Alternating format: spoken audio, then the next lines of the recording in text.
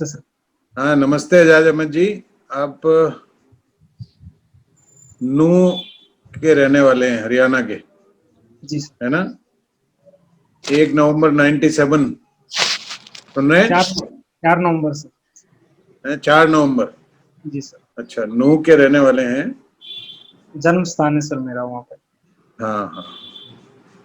और आपने 10th में 90.50 और 12th में आपने 86% लिए, जी सर। भरतपुर। और उसके बाद ये सुबोध कॉलेज में चले गए, जयपुर, जी सर। है ना? 71.88%। जी सर। और अभी आप ग्राम विकास अधिकारी हैं, नहीं सर। है ना? नहीं सर। तो कहाँ पर हैं ग्राम विकास अधिकारी? नहीं सर, मैं अभी किसी जॉब में नहीं हूँ सर। अच्छा, आप नहीं हैं। जी सर। चलो ठीक है एजाज अहमद जी। आपने हिस्ट्री, पॉलिटिकल साइंस और ज्योग्राफी, जी हिस्ट्री, सर। पॉलिटिकल साइंस और ज्योग्राफी लिया आपने, जी सर। है ना? जी सर। तो हिस्ट्री क्यों लिया था आपने बीए में, सोचा होगा कुछ? सर मेरे पास 12th तक साइंस हिस्ट्री लेने के पीछे विज्ञान। कोई कारण? जी सर।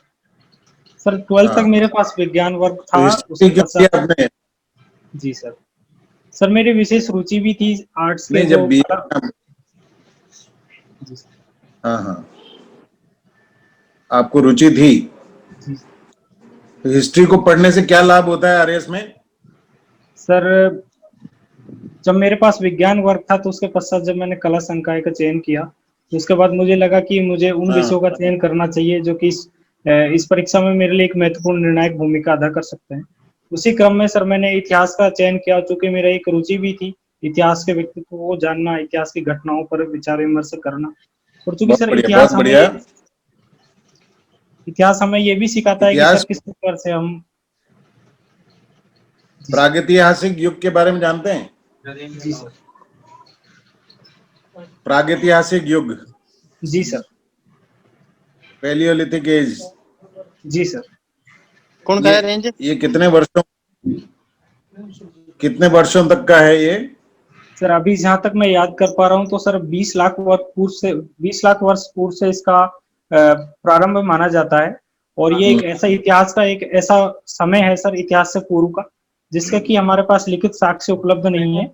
अभी तो हम विभिन्न प्रकार की जो सामग्रियां उनके आधार पर इसका अंतिम अनुमान काल, लगा सकते हैं। इसका अंतिम काल कौन सा अनुमानित है? नवपाषाण काल है सर, अभी मैं याद कर पा रहा हूँ जो सर।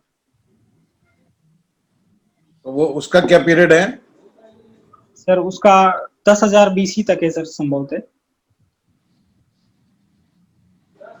संभवतः, जी सर। एग्जैक्ट नहीं मालूम आपको? ये होमोसेपियंस के बारे में पता है?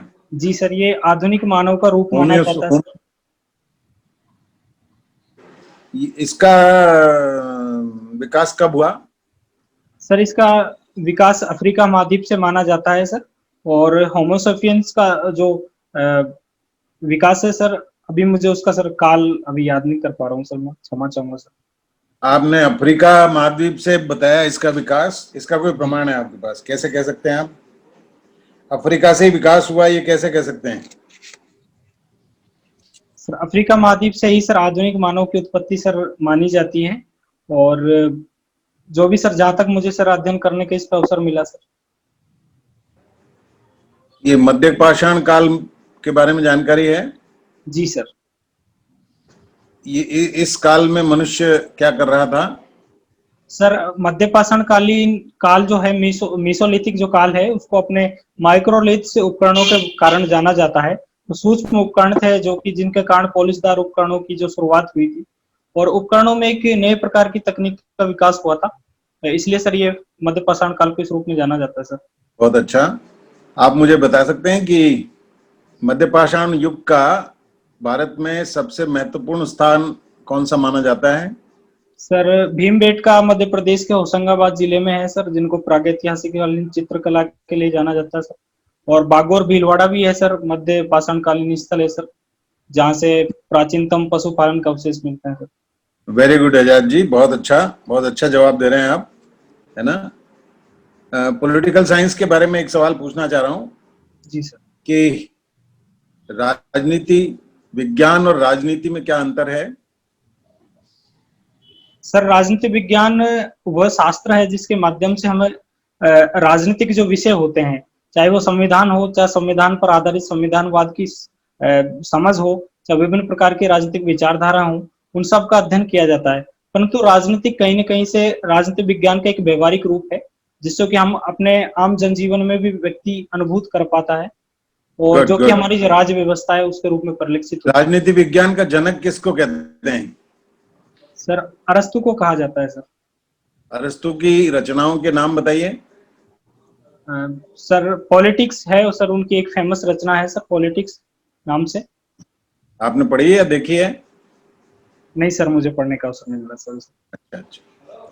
आप मुझे बता सकते हैं कि सितार जी सर। सितार होता है ना, म्यूजिकल इंस्ट्रूमेंट, जी सर। ये मध्यकाल में किसके द्वारा इजाद किया गया? सर अभी मैं जहां तक याद कर पा रहा हूँ, अमीर खुसरो जी के द्वारा इसको इजाद किया गया था, जो कि उत्तर प्रदेश के जन्म, जो हाँ उत्तर प्रदेश में जिनका जन्म हुआ था, निजामुद्दीन औलिया साहब के जो शिष्य थे उनके द्वारा से। अच्छा अच्छा। अच्छा, मुझे ये बताइए, आप कश्मीर को दिल्ली साम्राज्य का अंग किसने बनाया? सर सम्राट अकबर के द्वारा दिल्ली सल्तनत, दिल्ली साम्राज्य के अंतर्गत जम्मू कश्मीर को लाया गया था सर। अच्छा, एक सवाल कुरान शरीफ के बारे में। जी सर।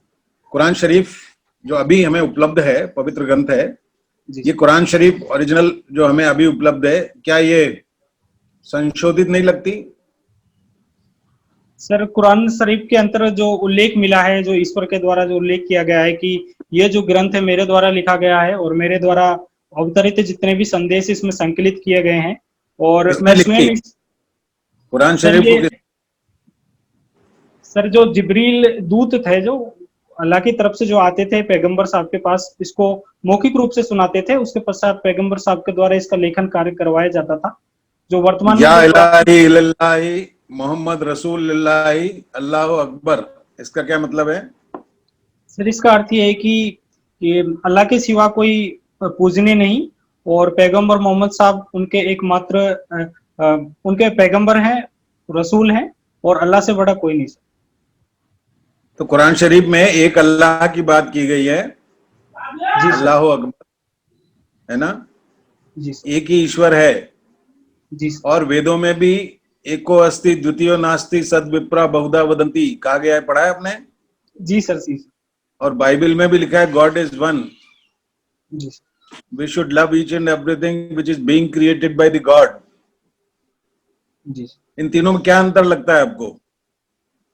सर मैं तो इनका सर्वसमावेशी रूप देखने का प्रयास करता हूँ कि कहीं ना कहीं, जो कि महात्मा गांधी जी भी जो बात बोलते थे कि सभी धर्मों का जो मूल तत्व है, जो मूल भावना है, वो एक ही है कि समस्त व्यक्ति को उसी परमात्मा में विलीन होना है, और आत्मा का जो परमात्मा में विलीन है, जो कि शंकराचार्य जी भी कहते हैं, तो मैं सर उसमें बिलीव करता हूँ। क्यों करा? आप ठीक बन गए? एक मिनट, एक मिनट आजाद जी, आपने अच्छा याद दिला दिया मुझे, एक अच्छी बात याद दिला दी गांधी जी के बारे में। मैं भूल जाता हूं हमेशा। गांधी जी का धर्म के बारे में क्या मानना था? सर गांधी जी कहते थे कि जो धर्म विहीन राजनीति वो एक सामाजिक पाप है। धर्म व्यक्ति को नैतिक आचरण की तौर पर उसका मार्ग प्रशस्त करता है। बिना गुड। धर्म के बिना व्यक्ति का स्वतंत्र अस्तित्व नहीं हो पाता। धर्म ही वो चीज है जो धर्मनिरपेक्षता के बारे में क्या कहते थे वो? सर महात्मा गांधी जी सर्वधर्म समभाव की बात करते थे। वो कहते थे कि धर्म विहीन समाज नहीं होना चाहिए, अपितु धर्म पर होने वाली जो राजनीति है वो नहीं होनी चाहिए। धर्म का अर्थ है सर उनका नैतिक आचरण से। धर्मनिरपेक्ष राज्य के बारे में उन्होंने अपने विचार व्यक्त किए थे। सर वो धर्म को रिलीजन के अर्थ में नहीं देखते थे, अपितु सर वो नैतिक आचरणों के एक संकलन और समूह के रूप में धर्म को देखते थे। अच्छा, रिलीजन, मजहब और धर्म तीनों एक ही हो सकते हैं क्या? नहीं सर, तीनों में मूलभूत अंतर है सर, बहुत ही सूक्ष्म अंतर देखने को मिलता है सर इसमें, कि जो धर्म है वो एक नैतिक आचरण का पुंज है सर, और जबकि जो हम वर्तमान स्वरूप में जो रिलीजन का जो हिंदी रूपांतरण धर्म पढ़ते हैं सर, उसका अर्थ है कि पंथ से है सर, Good. जैसे कि संविधान में पंथ निरपेक्षता शब्द को प्रयोग किया गया सर। बहुत अच्छे एजाज जी, बहुत अच्छे, वेरी गुड। एक बात और मैं पूछना चाहता हूँ, आप किसी क्षेत्र के एसडीएम हैं, उपखंड अधिकारी हैं, आपके पास कई शक्तियां हैं और आपको रात को 2:30 बजे सूचना मिलती है कि आपके मुख्यालय से करीब 20-25 किलोमीटर में एक बहुत बड़ी दुर्घटना हो गई है। उस दुर्घटना में कम से कम भी 10-20 लोग, 10-20 परिवार फंसे हुए हैं। आप आकस्मिक क्या निर्णय लेंगे? सर सर्वप्रथम तो जो ये मुझे सूचना मिली है, मैं इसके तथ्यों की जांच करूंगा कि ये सूचना सही है कि नहीं है। और दूसरा सर ये कि जब मैं इसकी पुष्टि कर लूंगा शीघ्रता से, उसके पश्चात मेरी प्राथमिकता रहेगी किस प्रकार से जो स्वास्थ्य सेवाएं वहां तक उपलब्ध हो सके जल्दी से जल्दी। तो जो भी स्वास्थ्य कर्मी होंगे उनके द्वारा जो अपना मेरा डिपार्टमेंट होगा उसके सहयोग से सर मैं वहां तक स्वास्थ्य सेवाओं की जो उपलब्धता वो सुनिश्चित करने का प्रयास करूंगा सर। उच्च अधिकारियों को सूचना कब देंगे? जी सर, उसके पश्चात मैं सर यही कदम उठाऊंगा सर।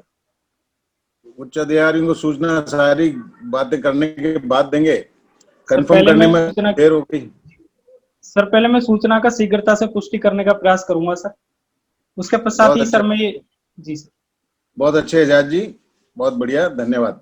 तो चाल ना 5 बजे तक आम दुख रही हो, 1 घंटा तो भी सो जा बात जी। मत कर, सो जा, लेट जाए। मैं पूछूं? जी सर, उपाध्याय सर पूछें, लोहिया सर पूछें। अच्छा, अहमद जी आवाज आ रही है आपको? जी सर, नमस्ते सर। जी नमस्कार। वर्तमान राजनीतिक मुद्दों पे चर्चा करना हॉबी है आपकी? जी सर। और मेरा मुद्दा भी वही है। मुझे भी आपसे पॉलिटी और करंट अफेयर्स ही पूछना है, तो बहुत अच्छा हुआ कि चीजें मिल गई हैं। जी सर। जी बताएं, वर्तमान समय का सबसे चर्चित राजनीतिक मुद्दा बताइए, आपके लिहाज से क्या है?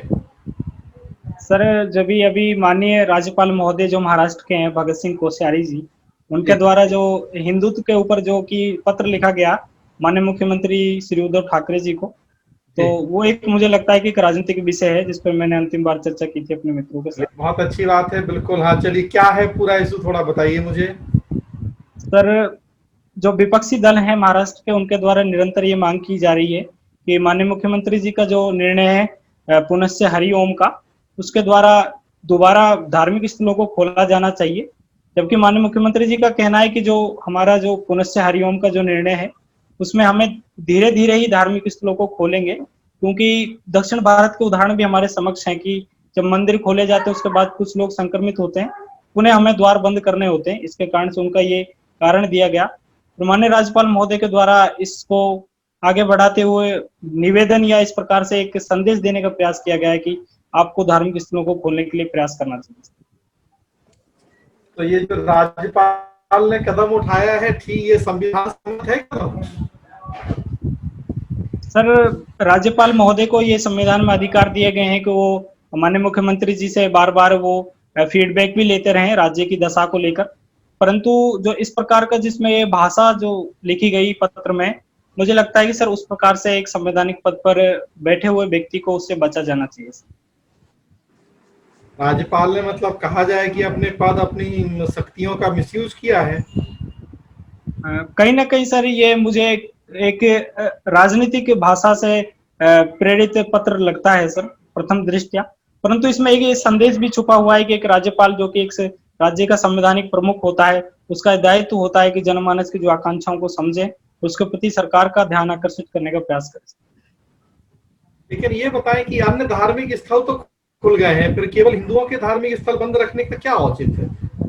नहीं सर, ऐसा नहीं है। महाराष्ट्र के अंदर जो भी अन्य धार्मिक स्थल हैं वो भी बंद हैं वर्तमान में, चाहे वो मस्जिद हो, गुरुद्वारा हो, पंढरपुर का जो हमारा विष्णु मंदिर है और जो हमारे हिंदू मंदिर है, सारे बंद ही हैं। और अन्य विपक्षी समस्त दलों के द्वारा ये प्रयास किया जा रहा है कि सभी धार्मिक स्थलों को खोला जाए। अच्छा, ओके। मुख्यमंत्री और राज्यपाल का लड़ाई झगड़ा राजस्थान में भी हुआ था कुछ दिनों पहले। जी सर। थोड़ा उसके बारे में बताएं, वो क्या इशू था? सर, राजस्थान के मुख्यमंत्री माननीय अशोक गहलोत जी के द्वारा विधानसभा सत्र बुलाने को लेकर माननीय राज्यपाल महोदय जी के द्वारा आग्रह किया गया था कि आप विधानसभा का सत्र बुलाएं, परंतु राज्यपाल महोदय के द्वारा 6 निर्देशों को और 6 बिंदुओं पर आपत्ति दर्ज की गई कि किस प्रकार से विधानसभा में सत्र संचालित करते समय हम सुरक्षा संबंधी चीजों को सुनिश्चित कर पाएंगे। तो उस पर उन्होंने थोड़ी आपत्ति की थी, जिसके पश्चात ये चीजें आगे बढ़ती हुई चली गई सर। तो उसमें उस मामले में आपको क्या लगता है, वहां भी राज्यपाल ने मिसयूज किया था अपनी सत्ता का? सर, उनके कंसर्न अपने स्थान पर हो सकते हैं सर, लेकिन संविधान सर जो कि सर माननीय उच्चतम न्यायालय के द्वारा भी अरुणाचल मामले में नाबाम तुकी मामले में ये निर्णय दिया गया था कि राज्यपाल को की शक्तियां होते समय अधिक अधिकार नहीं है। तो उनके अपने कंसर्न्स हो सकते हैं, फिर भी सर माननीय मुख्यमंत्री जी की सलाह मानना उनके लिए संवैधानिक रूप से बाध्य है। विधानसभा का सत्र बुलाना यानी ये तो विवेकाधीन शक्ति होती भी नहीं है राज्यपाल की। सर, राज्यपाल महोदय के द्वारा स्वविवेकीय शक्तियां किस प्रकार से होंगी ये संविधान में स्पष्ट उल्लेखित तो नहीं है, परंतु क्या उनके संवैधानिक स्वविवेकीय अधिकार के दायरे में आएगा ये सुनिश्चित करने का निर्णय भी स्वयं राज्यपाल महोदय के कार्यक्षेत्र में आता है। Very good. और एक राज्य में चलते हैं हम लोग, पश्चिम बंगाल। जी सर। वहां भी खूब लड़ाई झगड़े हो रहे हैं सीएम और राज्यपाल के बीच में। जी सर। थोड़ा वहां के बारे में चर्चा करें। वहां भी राज्यपाल कुछ चिट्ठियां लिखते रहते हैं, कुछ कुछ बोलते रहते हैं। जी सर। क्या है विवाद, बताइए, वहां क्या समस्या है? सर, पश्चिम बंगाल के राज्यपाल महोदय जो श्री जगदीप झाकड़ जी हैं, उनके द्वारा जो वहाँ के मुख्यमंत्री हैं ममता बनर्जी जी, उन पर निरंतर आरोप लगाया जाता है कि वो विपक्षी दलों के आवाज दबाने का प्रयास करते हैं, या फिर अराजकता का एक वातावरण तैयार हुआ है राज्य के अंदर, जिसकी ओर सरकार को ध्यान देना चाहिए और संवैधानिक जो मर्यादा है वो कहीं ना कहीं टूट रही है, ऐसा राज्यपाल जी का कहना है, जिस पर कि राज्य सरकार का जो रुख है वो थोड़ा सख्त है। इसके कारण सर ये चर्चा में रहता है। वहां क्या स्थिति है? वहां तो राज्यपाल को कई बार यूनिवर्सिटी में नहीं घुसने दिया जाता है, वो जाते हैं तो दरवाजे बंद कर दी जाती है यूनिवर्सिटी के। जी सर, मुझे लगता है कि सर जो राज्यपाल है वो एक व्यक्ति नहीं अपितु एक संस्था है, राज्य का संवैधानिक प्रमुख है, उसकी अपनी मर्यादाएं हैं सर, उसके पद की जो गरिमा है उसे बनाए रखना चाहिए। व्यक्ति की राजनीतिक विचारधारा या मनभेद या मतभेद हो सकते हैं, अपितु उस पद का सम्मान सभी को करना चाहिए।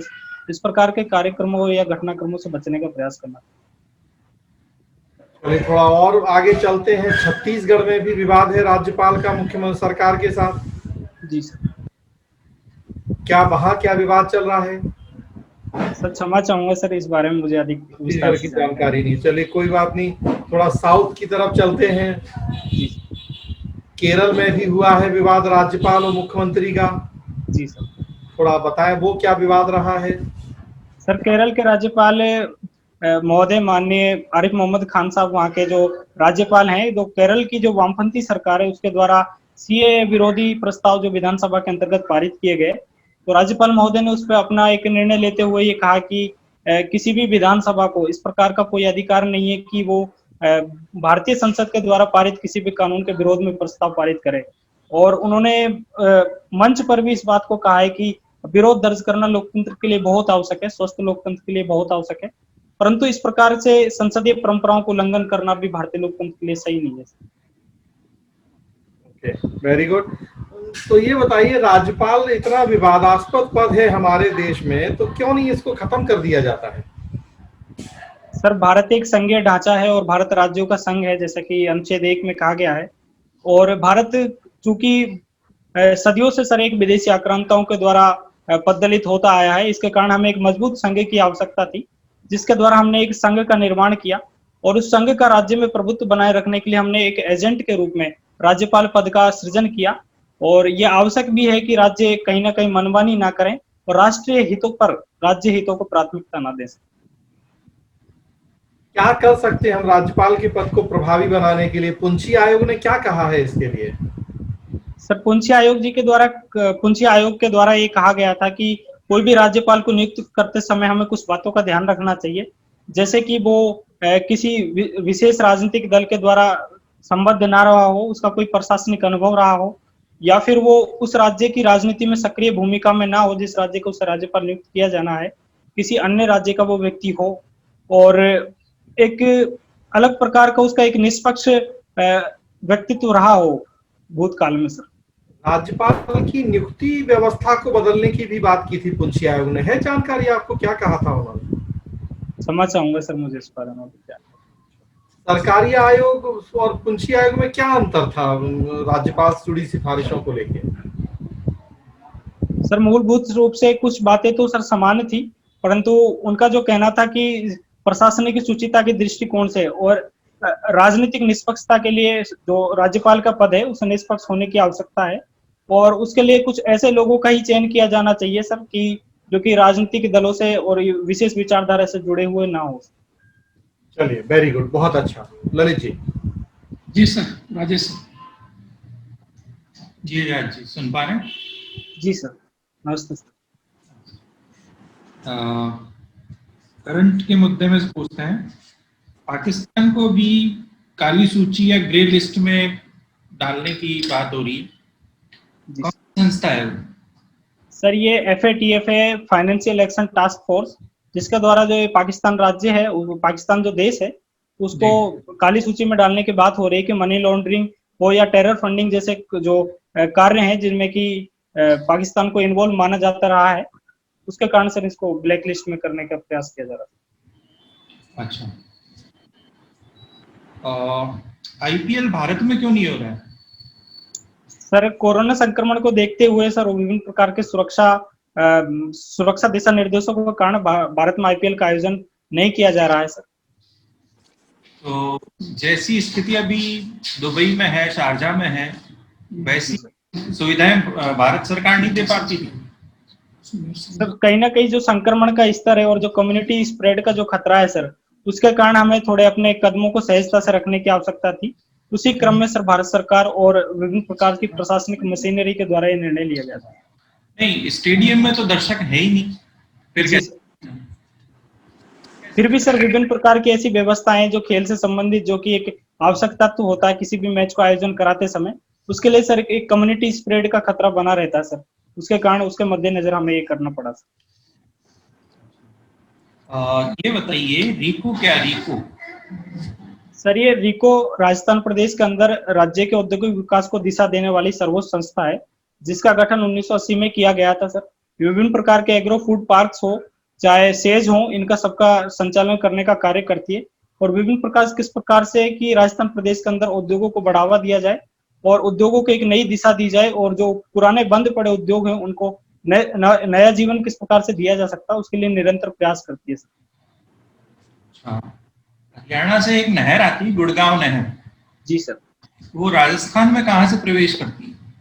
सर राजस्थान में सर ये नहर जुरेरा है, कांकनखोड़ी गांव, वहां से सर ये राजस्थान में प्रवेश करती है। ये राजस्थान में सर इसकी कुल लंबाई 55 किलोमीटर है। आप ये बताइए कि ऐसा कौन सा राज्य है जिसने अभी हाल ही में एक विवादित निर्णय लिया है कि उसी राज्य के युवाओं को सरकारी नौकरी दी जाएगी? सर मध्य प्रदेश राज्य की जो सरकार है उनके द्वारा, माननीय मुख्यमंत्री हैं जो वहाँ के शिवराज सिंह चौहान जी, उनके द्वारा इस प्रकार का वक्तव्य दिया गया कि राज्य के जो हमारे मूल निवासी है उनको ही 100% रूप से राज्य की जो रोजगार है उनमें नियोजन का अवसर दिया जाएगा।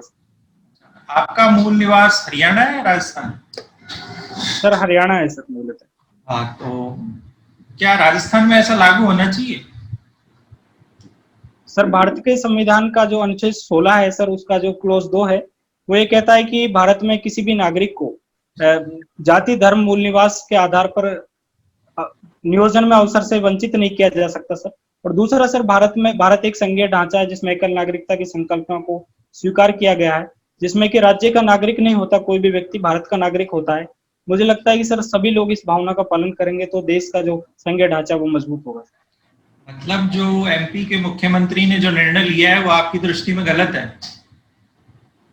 सर उनके अपने कंसर्न्स हो सकते हैं कुछ, चाहे वो राजनीतिक उनकी बाध्यताएं हों, चाहे उनकी कुछ प्रतिबद्धताएं रही हों, परंतु इस प्रकार का जो निर्णय है वह व्यवहारिक नहीं है, क्योंकि इससे पूर्व उत्तर प्रदेश लोक सेवा आयोग के द्वारा महिलाओं को विशेष रूप से आरक्षण देने का प्रावधान किया गया था वहां की एलडीसी परीक्षा में, जिसको माननीय उच्चतम न्यायालय के द्वारा खारिज कर दिया गया। चलिए, यूपीएससी जिहाद जी शब्द चर्चित रहा था, क्या है ये? सर, ये उत्तर प्रदेश के एक न्यूज चैनल है सुदर्शन टीवी, और उनके जो मुख्य एडिटर हैं अशोक चौहान जी, उनके द्वारा इस प्रकार की एक विचार रखा गया है कि यूपीएससी में जो मुस्लिम समुदाय के जो लोग हैं उनको अधिक अवसर दिया जा रहा है, अन्य जो लोग हैं उनको कम अवसर दिया जा रहा है, या मुस्लिम समुदाय से जुड़े हुए जो विषय हैं जैसे कि उर्दू साहित्य है उसमें अधिक अधिक नंबर दिए जा रहे हैं, और जो इंटरव्यू है उसमें भी इस प्रकार का पक्षपात देखने को मिल रहा है। इसको लेकर उन्होंने सर इसको आवाज दी थी। गुड। एक आपने शब्द सुना है, गजवा ए हिंद? जी सर। क्या अर्थ है इसका? सर, ये कट्टरपंथी इस्लामी विचारधारा रखने वाले व्यक्ति, विशेष तौर पे जो आतंकी संगठन है उनके द्वारा इस प्रकार के शब्दों का निरंतर प्रयोग किया जाता रहा है। इसका अर्थ है कि अंतिम रूप से जो गजवा होगा, अर्थात जो जिहाद की जो युद्ध होगा, वो उन लोगों के विरुद्ध होगा जो कि मूर्ति पूजक लोग हैं। तो चूंकि वर्तमान में विश्व में एक ही मूर्ति पूजक देश है जो कि भारत भूमि है, तो इसलिए उनका मानना है कि जो गजवा हिंद होगा वो अंततः हिंदुस्तान के विरुद्ध होगा। अच्छा, 3 तलाक को सुप्रीम कोर्ट ने गैर कानूनी कब घोषित किया? सर, ये 2019 के में घोषित किया गया था सर। नहीं, मैं पूछ रहा हूँ पहली बार ऐसा कब गैर कानूनी कब घोषित किया था सर, सुप्रीम ये जी सर, शाहबानो केस था एक 1985 में राजीव गांधी सरकार के समय पर। उस समय शाहबानो जी एक वृद्ध महिला थी जिनको कि तलाक बिद्दत की जो एक प्रणाली है इसके द्वारा उनको पीड़ित किया गया था। तो उन्हें गुजारा भत्ते के रूप में माननीय उच्चतम न्यायालय ने कहा था कि इन्हें गुजारा भत्ता दिया जाना चाहिए, और एक लैंगिक समानता से जुड़ा हुआ विषय है, और तब उन्होंने कहा था कि ट्रिपल तलाक is unconstitutional and set aside. जैसे हिंदुत्व शब्द के बारे में कुछ बता सकते हैं? हिंदुत्व शब्द जी सर। क्या होता है? हिंदुत्व सर एक राजनीतिक विचारधारा है जिसकी जो नींव है वो वीडी सावरकर के द्वारा रखी गई थी। ये मुस्लिम लीग, जो तत्कालीन भारतीय मुस्लिम लीग थी जिसका नेतृत्व मोहम्मद अली जिन्ना कर रहे थे, तो उनके विरोध में और उनके प्रतिद्वंदी के रूप में एक राजनीतिक विचारधारा के रूप में इसका प्रतिपादन किया गया था। वर्तमान में भी कुछ राजनीतिक दलों के द्वारा इसे अपना राजनीतिक आदर्श माना जाता है, और इसके आधार पर राजनीतिक ध्रुवीकरण का प्रयास भी किया जाता है। ऐसा ही कुछ मुस्लिम धर्म में भी है क्या, हिंदुत्व के जैसा कोई विचारधारा? सर, वहां भी विचारधारा है जिसको कि देवबंद विचारधारा के लोग मानते हैं, जहां तक मैं अभी याद कर पा रहा हूँ, वो भी इस प्रकार की कट्टर विचारधारा से प्रेरित है सर। एजाज, जी सर। क्या अर्थ है आपके नाम का? सर, मेरे नाम का अर्थ है कि रेस्पेक्ट देने वाला, और यदि इसे पर्शियन भाषा में देखेंगे तो इसका अर्थ होता है कि सर तीक्ष्ण बुद्धि और कुशाग्र बुद्धि वाला व्यक्ति। तो मूलतः फारसी शब्द है ये? नहीं सर, ये मूलतः तो अरबी शब्द है, लेकिन फारसी में भी इसका सर, चूंकि ये जुड़े हुए साहित्य हैं इसके कारण इसका फारसी में भी अर्थ निकाला जाता है सर। राइट। तो ये मेवात जिले का नाम बदलकर अभी नू किया गया है? जी सर। नू क्यों किया, ऐसा क्यों हुआ? सर, माननीय मुख्यमंत्री श्री मनोहर लाल खट्टर जी के द्वारा जो इस पर तर्क रखे गए कि जनप्रतिनिधि जो भी हैं उनके द्वारा निरंतर ये मांग की जा रही कि जिला का जो नाम है वो वहाँ के हेडक्वार्टर के नाम पर ही होना चाहिए, और चूंकि यहाँ का जो हेडक्वार्टर था वो नूह था। और दूसरा सर, मेवात एक बहुत बड़ा सांस्कृतिक क्षेत्र है जो कि कई राज्यों में फैला हुआ है, जिसका बहुत बड़ा हिस्सा राजस्थान में भी है सर, उत्तर प्रदेश में भी है और हरियाणा में भी है सर। तो इस सांस्कृतिक जो एक पहचान है सर वो बनी रहे, और इसका जो जिले का नाम है सर वो हेडक्वार्टर के ऊपर रखा जाए सर। ओके। अच्छा, ये बताएं कि राजस्थान के कितने जिले हरियाणा को स्पर्श करते हैं? सर 7 जिले हैं सर राजस्थान। कौन से? हनुमानगढ़ है सर, चूरू है, सीकर है, झुंझुनू, जयपुर, अलवर और भरतपुर सर। राइट। और सबसे कम कौन सा जिला स्पर्श करता है? तो सर अभी मैं रिकॉल नहीं करता। ठीक है। और हरियाणा के कितने जिले राजस्थान को स्पर्श करते हैं? सर, हरियाणा के 7 जिले स्पर्श करते हैं सर राजस्थान की सीमा। बताएं कौन से? सर, सिरसा है, फतेहाबाद है, महेंद्रगढ़ है, रेवाड़ी है, भिवानी है और नूह है सर। हो गए? 7 हो गए? सॉरी सर, मैं एक बार पुनः बोल देता हूँ सर, मैंने बताइए। हाँ, फतेहाबाद है, सिरसा है और महेंद्रगढ़ है, रेवाड़ी है, भिवानी है, नूह है और संभवतः सर एक और रह गया सर। ठीक है। हिसार सर, हिसार।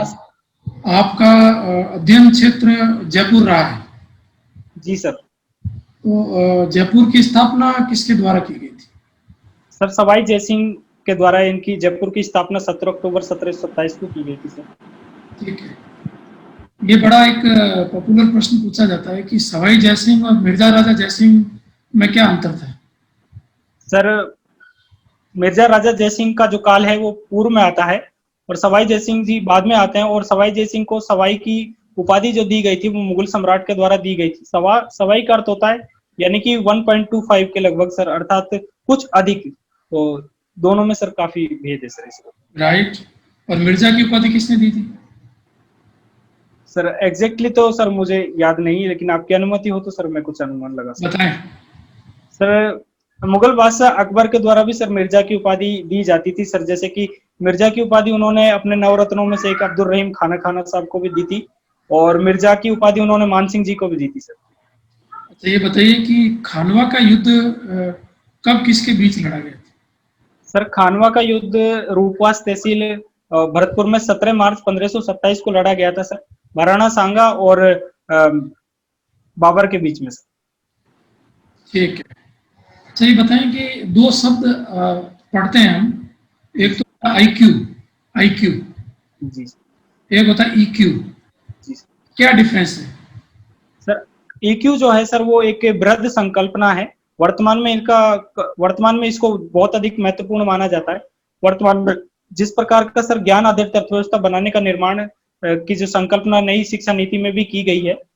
EQ का सर अर्थ होता है कि व्यक्ति किस प्रकार से दूसरे के संवेगों को समझता है और उन पर रिएक्ट करता है और किस प्रकार से फीडबैक लेता है और उसके बाद सुधार की भावना से प्रयास करने का प्रयास करता है। राइट। और ये आईक्यू? IQ सर एक व्यक्ति की तीक्ष्णता यानी कि या फिर स्मरण शक्ति को कहीं ना कहीं प्रदर्शित करता है। राइट। अच्छा, बताएं कि एक प्रशासक में आईक्यू और यूक्यू में कौन सा गुण ज्यादा महत्वपूर्ण है? सर मुझे लगता है कि सर EQ अधिक महत्वपूर्ण है, क्योंकि यदि एक प्रशासक जन समुदाय के संवेगों को नहीं समझेगा, उनकी समस्याओं को परानुभूति के रूप में नहीं देखेगा, तो वो अच्छे तरीके से उन समस्याओं का समाधान के लिए प्रयास नहीं कर पाएगा सर। राइट। अच्छा, एक कथन चर्चित है कि लोक सेवकों का मानसिक दृष्टिकोण पथरीला हो गया है। कथन समझे, लोक सेवकों का मानसिक दृष्टिकोण पथरीला हो गया। इसका अर्थ बता पाएंगे? सर मैं प्रयास कर सकता हूँ सर। हाँ, प्रयास करिए। जहां तक सर मैं इस वाक्य को समझ पा रहा हूँ, इसका अर्थ ये है कि कहीं ना कहीं जो प्रशासन में एक जो स्थिरता है और जो एक निष्ठुरता और जड़ता का जो भाव है, यानी कि जन सामान्य की संवेगों को ना समझ पाना, और यदि हम एक प्रशासक के रूप में जन सामान्य के संवेगों को नहीं समझ पाएंगे तो उसके प्रति उत्तर में उनके लिए समाधान भी प्रस्तुत नहीं कर पाएंगे। इसके कारण से जो एक लोक कल्याणकारी राज्य का जो मार्ग भारतीय संविधान देखता है वो कहीं ना कहीं साकार नहीं हो पाएगा सर। राइट। अच्छा, बताएं शासन और प्रशासन में क्या अंतर है? सर शासन कहीं ना कहीं एक जन प्रतिनिधि या फिर उच्च स्तर पर जो शासन को संचालित करने वाली संस्था का रूप हो सकता है। लोकतंत्र में चूंकि संसद या एक ऐसी सर्वोच्च संस्था होती है और तानाशाही में सर एक सम्राट या राजा के रूप में इन शक्तियों का समावेश कर दिया जाता है। प्रशासन शासन के किए गए निर्णयों या बनाए गए कानूनों को क्रियान्वित करने वाली संस्थाओं का नाम है। राइट। ठीक है। उपाध्याय सर। हाँ जी, एजाज जी। जी सर। आपने खूब अध्ययन कर रखा है, अच्छा लगा आपका इंटरव्यू, मॉक इंटरव्यू से। आप सेटिस्फाइड हैं? सर सुधार की भावना तो सर निश्चित तौर पे सर सुधार के लिए आप जैसे लोगों को मार्गदर्शन रहेगा सर। आप संतुष्ट हैं इस इंटरव्यू से? नहीं सर, मैं तो महत्वाकांक्षी हूँ सर कि निरंतर प्रयास करना चाहिए और आप जैसे लोगों का आशीर्वाद रहेगा तो निश्चित तौर पर और सुधार करेंगे सर। ऐसी शक्लें वहां मिलेंगी आपको इंटरव्यू बोर्ड में, हमारे जैसे लोग ही मिलेंगे आपको, है ना। एक तो आप थोड़ा स्पीड से बोलते हैं, थोड़ा धीरे बोलें, हालांकि समझ में आ रहा है, थोड़ा धीरे बोलें। एक आपने शुरू में कहा कि जहां तक मैं जानता हूं, जैसे सितार के बारे में मैंने पूछा, जहां तक मेरी जानकारी है, इस तरह के शब्दों का इस्तेमाल नहीं करें। और ओवरऑल आपकी परफॉर्मेंस मैं कहूँगा बेटर है। और आपके लिए सलाह इतनी सी है कि एक बार और मौका आप दें, जी सर, है ना। उससे आपके कॉन्सेप्ट क्लियर होंगे और आपको एक कॉन्फिडेंस लेवल आपका और बढ़ेगा। जी इतनी मेरी सलाह है आपको। बहुत अच्छा आपने जवाब दिए, धन्यवाद। Thank you sir. जी सर, लोहिया सर। जी अहमद जी, बहुत अच्छा, मैं तो बहुत सेटिस्फाई हूँ, बहुत अच्छा है आपका सिलेक्शन तो जरूर होना चाहिए मेरे अनुसार। Thank you, मीन्स आपका जैसा रहा हो, अदरवाइज इंटरव्यू तो अच्छा है, बाकी तो और जितना एफर्ट करें और मेहनत करें और अच्छा तो गुंजाइश हमेशा होती है होने की। बिल्कुल तो मॉक 1-2 जैसा सर ने कहा बिल्कुल कि और जितना आप अभ्यास कर लेंगे, 1-2 मॉक और देंगे तो और बेटर हो जाएगा। लेकिन आपको नॉलेज भी अच्छी है, बोल भी रहे हैं बहुत संतुलित, आप बहुत सधा हुआ, अप्रोच अच्छी है आपकी, बहुत अच्छा, मैं बहुत खुश हुआ आपसे। Thank you sir. जी सर, राजेश। जी आजाद जी, जैसा उपाध्याय सर और लोहिया सर ने कहा, मैं भी काफी संतुष्ट हूँ। लेकिन अपेक्षा यही रहेगी कि फाइनल टच दीजिए बस अपनी तैयारी को, और करंट पे जो मुद्दे हैं उन पे अपनी विचारों को और मतलब स्पष्ट कीजिए, ठीक है। जी सर। और एक आपने जैसे ये बताया 3 तलाक वाला, इसका डेट आप ध्यान रखना, ये अगस्त 2017 में इसको गैर कानूनी घोषित किया है सुप्रीम कोर्ट द्वारा। जी सर। जी इस सर, प्रकार के सायरा मुद्दों पे बानो केस था सर। जी सर। जी बिल्कुल याद आ गया। चलिए, अच्छी बात, शुभकामनाएं। Thank you sir. हाँ एजाज, आपका व्यक्तित्व वाला पक्ष देखें तो अच्छा व्यक्तित्व, एक प्रशासक का व्यक्तित्व झलकता है। Thank you sir. शब्द चयन अच्छा है, आवाज भी आपकी अच्छी है, बॉडी लैंग्वेज भी काफी प्रभावित करने वाली है, और ज्ञानात्मक पक्ष भी आपने बहुत अच्छा तैयार कर रखा है। कुछ छोटे छोटे सुधार अगर आप कर लेंगे तो एकदम परफेक्शन के बिल्कुल पास पहुंचेंगे। निश्चित तौर पर में बताइए अब सर। तक लगभग 30 के आसपास मॉक हो चुके हैं, उनमें अगर आपको रैंकिंग दी जाए तो जो शुरू के अब तक के जो सबसे अच्छे मॉक हुए हैं, 3 मॉक या 2 मॉक, उनमें आपका नंबर हम डालेंगे कि सबसे अच्छे मॉक में आपका स्थान आता है। तो बहुत शुभकामनाएं, अच्छे सेकंड मॉक के लिए और बेहतर तैयारी के साथ उपस्थित होइए। बिल्कुल सर, आपका ऑल आशीर्वाद द चाहिए बेस्ट। सर। ये all the best. Thank you sir, thank you so much. जी मनोज जी।